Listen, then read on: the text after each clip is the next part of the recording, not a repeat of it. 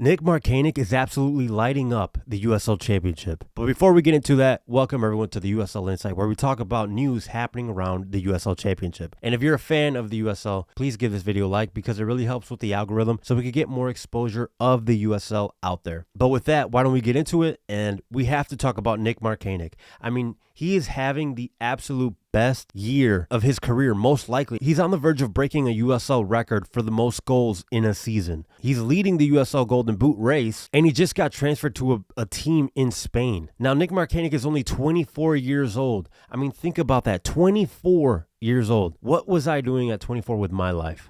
Probably what most people are doing, just working, going to a 9 to 5. But this guy is on the verge of breaking a record, holding a record of goal scoring, which everyone wants to do in soccer. Everyone looks at the striker as like the best player ever, and he's on the verge of breaking that record. At 24 years old, already a professional soccer player. I mean, before Nick went pro, he went to NIU, which is a well-known school in Illinois, where I'm from. I mean, he was a top scorer in the NCAA in 2021 with 16 goals and 5 assists, and earning All-American honors. He scored 39 goals and 9 assists with 69 matches for NIU. So, I mean, he's well known. He knows how to play the game. And you can tell, I mean, after that, he was drafted by FC Cincinnati in the 2022 draft, MLS Super Draft. So he had some top MLS experience. And then he also played for FC Cincinnati too. Then he goes to Charleston Battery as a trial, which I'm sure to some degree kind of brings down your demeanor, kind of brings down like your performance. So you can go two routes. You can either like mope about it, or you can go and work hard. And he worked hard because he impressed Charleston Battery coaching staff right away, and they brought him on. But I mean, going back to this year, the record is 25 goals. This man is at 24. I hope he doesn't have too much pressure on himself, and he only needs 2 more to break the record. So that's huge news because, I mean, he's gonna hold that, and you don't know for how long. You don't know how long it's going to be years, and there's always guys that are going to come into the league and try to fight for it, try to beat it, but who knows, it might take some time. He has the potential to earn that history spot, to earn that title. I mean, that's going to be his forever. It's crazy to think about is that he's leading the nation with 24 goals. The next closest guys are 7 goals behind him. And 2 of those guys play in the MLS, which is crazy to think about because that's supposed to be that's the top league, the number 1 in the US, and he's beating them. And he could also set the record for Charleston Battery, which their record for most goals by a team player is 27. Back in 2001. This man has a potential to tie it at least, right? With 3 more goals in 8 games, it's for sure you can do that. I think so at the pace that he's going, right? The goal scoring ability that he's doing right now. With 4 more, he could set the new record for the Charleston Battery. Now, I had a feeling with someone who's scoring so many goals that he was going to get attention. He was going to get eyeballs. And that he did because he was able to transfer to CD Castellon, a team that plays in Spain. I mean, that is incredible news because in so many ways, awesome for him. That is awesome for him because he's going to go challenge himself in Europe. He's going to go hopefully get some minutes. I really hope that he goes over there, he gets some minutes, and he's able to produce, right? Because a lot of the guys sometimes go to these big clubs or teams in Europe and it doesn't really pan out. They're kind of like bench players or they're the Group B players. And I hope with the way he's performing, he's going to get some minutes. But another aspect is that there's teams from Europe looking at the USL Championship. They're looking at guys here and they're wanting these players. They're wanting to spend money in the league here, which is great. That's another aspect of what he's being able to do. He's bringing eyeballs here. He's bringing teams from around the world because I guarantee you it was not just them who were looking for him, who were looking to sign him.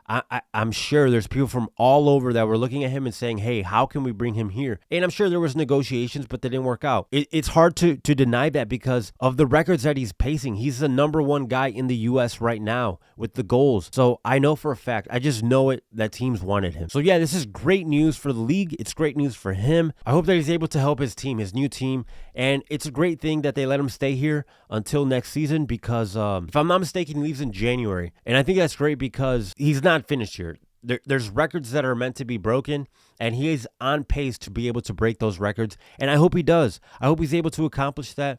And it's very exciting to see what the future holds for this player. In other news, just very briefly, Danny Stone is going to be the head coach of Orange County. And I have to say, it was kind of suspicious that they brought him on to the staff. And they didn't say it right away, but you're like, okay, you got a former head coach who had a lot to prove with Phoenix Rising, and they so you kind of raised your eyebrows like, okay, what's going on here? Then they get rid of their interim head coach, and then they appoint Danny Stone, and you're like, okay, that all makes sense. It makes sense that, you know, they were able to get somebody that they believe, or who a lot of people actually in the USL community thought that was fired prematurely.